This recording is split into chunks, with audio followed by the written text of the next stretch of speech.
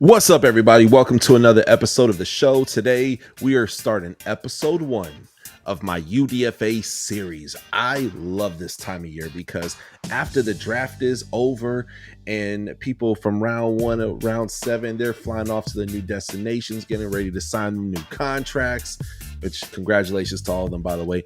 Then there's the undrafted free agents, the guys with the chip on their shoulder, a guy who may have a little bit of a development issue or a character flaw or who knows, maybe just went to a small school like this player I'm about to talk about right now. Ladies and gentlemen, today's episode, we're going to talk about Shaun Dolac. And this guy is born and raised in New York. I think he's from West Seneca, I believe I read online. We're talking about his story, his stats. Where will he fit in a Los Angeles Rams scheme? And why? Had he put up these stats at Alabama? He would have went like round 2, end of round 1 or something like that. The dude is a beast, man. Let's jump into the stats. Who the heck is this guy from University of Buffalo? Man, he's a beast. Let me tell you. 6'1", 225, 81 tackles, 168 total tackles. Okay, this kind of mirrors a little bit of Schlesinger, the linebacker who went pick number 33 to the Cleveland Browns, right? Very similar stats in a sense, but I would argue his stats are actually better. He had 6 sacks on top of those 168 total tackles, 5 interceptions. Okay, in those 5 interceptions, there was a pick 6 in there and 177 yards of interception yards. So I am such a fan. A little bit about his backstory. This is a guy, he was not selected for the NFL Combine. He was not selected for the Reese Senior Bowl.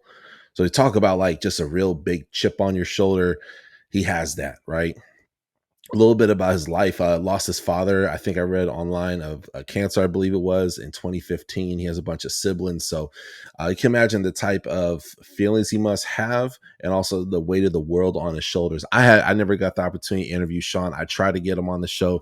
Guys, I knocked out like 50 interviews for NFL draft prospects this year, many of which are UDFAs, most of them. But man, I think the world of Shaun. And Shaun is a type of talent that, it says NFL draft, go get your guy, right? Who cares what the world thinks? Get your guy. I'd feel very comfortable. If I was a GM of a team, I'd feel very comfortable with these stats. Even though it's the University of Buffalo, which I believe is a MAC school, I feel very comfortable. Even though it's a smaller school, snagging him around 3 or 4. Around 3 or 4. Don't slide no more than that. He is proof that the NFL draft system, the valuation system, is broken. Now, there was an article a couple weeks back, maybe it was over a month ago, where on his pro day, the New England Patriots and the Detroit Lions lost their freaking mind over this guy. Supposedly they made a big scene and couldn't contain themselves. Now, I haven't been to any pro days before, if I'm just being honest with you, I haven't. But I have been to the Hula Bowl and I have been to the Tropical Bowl in person. I've worked events, actually. These are my badges right over here from those events. So I've been there. I've been around NFL scouts. I've been there on the ground with the troops, metaphorically speaking. And, they're kind of like secret society. These people don't talk. They don't like to be bothered, which is awesome because if it's your team and they're not doing good, like I'm a Dolphins fan, I'm going to rave them like, hey, man, fix my team. Our team sucks. Probably still going to suck. But anyway, I digress. My point being they don't talk. So for them to make a scene, like he had a really, really, really good pro day, man. So now let's talk about where does he fit into the Los Angeles Rams scheme. Again, Shaun Dolac is the man. Pulling it up right here, the roster. So here are the current linebackers for the Los Angeles Rams. So we got Tony Fields, Elias Neal, Troy Reader, and then, in my opinion, the best linebacker on the team, Omar Speights, depending on who you talk to. Man, I was that close to getting Omar on the show last year, man.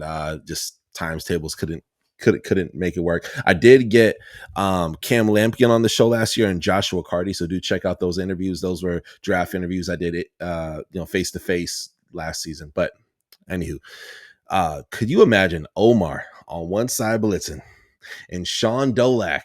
Again, a guy who last year got 6 sacks, 5 interceptions, 1 pick 6, 168 total tackles.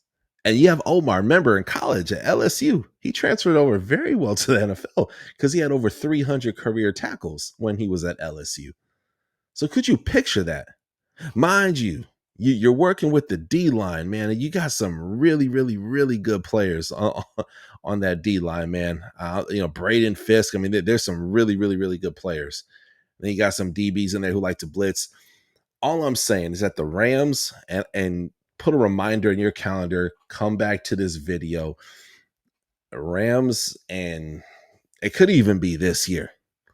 The Rams could be a consistently top 5 defense. And we saw that with their draft picks and some of the players that they were getting. A top 5 draft. A top 5 defense, I meant to say. So I don't know, man. Shaun Dolac, it's crazy that he will fall through the cracks. It's crazy. Every year this happens. And it wasn't just him. I mean, it was there were bigger school prospects, Kobe Bryant, not to be confused, the late NBA player. What? Like, there weren't 27 DBs better than Kobe Bryant. You know what I mean? He's probably better than 20 of those guys, but they'll find one little flaw, and that flaw could be your size, which this guy has size 6'1", 225. That's pretty good. But in this case, if I had an opinion, I think it would be because, who the heck did he play? He went to University of Buffalo. He ain't playing nobody. What's his hardest school he's going up against is what? USF? You know what I mean? So, anywho, this is a guy who consistently plays well, east to west speed.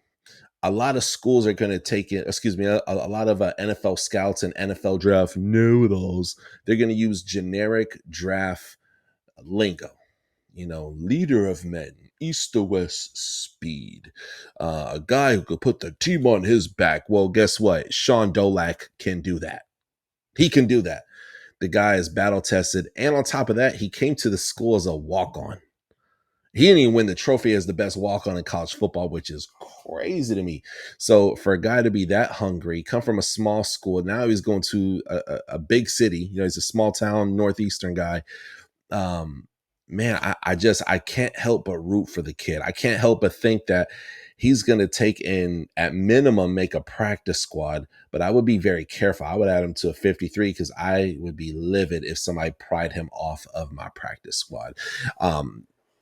Watch it. He's going to be a name to take and watch in the preseason. He's going to be a name to watch for a very, very, very long time. Shaun Dolac. So, again, very, very, very excited for this young man. This dude is an absolute beast. And then before you say, well, he's a UDFA, Doug, what UDFAs actually do anything? Fun fact, there's been, I'm referencing an article from 2022, so forgive me if I'm slightly wrong on the number, but there have been 16 players that have gone undrafted in the NFL and that have made the Pro Football Hall of Fame. A couple of those names here are going to be Warren Moon, John Randall, Kurt Warner, Emmett Thomas, Larry Little, Willie Brown, Dick the Night Train Lane, Joe Perry, Marion Motley. These are just some of the different names that have went on to have these amazing, amazing careers. I love UDFAs because a couple of reasons. If they really like you, there'll be a nice little bidding war, could dang near get a whole lot more guaranteed money. But also as well, you're able to kind of gauge where it is you want to go and so forth. So I also like with UDFAs that, teams, they're going to go off of their need first. And it's not a common strategy for NFL teams to take, hey, let's get the best player available. In this case, that's what the Rams did, and Shaun Dolac kept sliding, and then he became a UDFA, which is crazy to me. So, anywho, y'all comment below. Let me know your thoughts. What are your expectations for this young man, rookie year? What do you expect from him? At the very least, I expect for him to be on the starting roster, not on the practice squad. You don't want to leave that up to chance. Then somebody takes and snags them, and then boom, now they got the guy that they actually wanted. So, anyway, comment below, hit that subscribe button. It costs you nothing, helps for my channel to take and grow. I got more UDF players I'm going to be covering. Comment below some other UDFA players that you would like me to cover in my next episode. God bless you guys. Have a wonderful night. And I'll see y'all next time on the Touchdown with Doug Smith. Thank you for watching another episode of the Touchdown with Doug Smith, where we have exclusive NFL content and exclusive NFL interviews. Be sure to hit that like and that subscribe button. Follow us on social media. See you on the next one.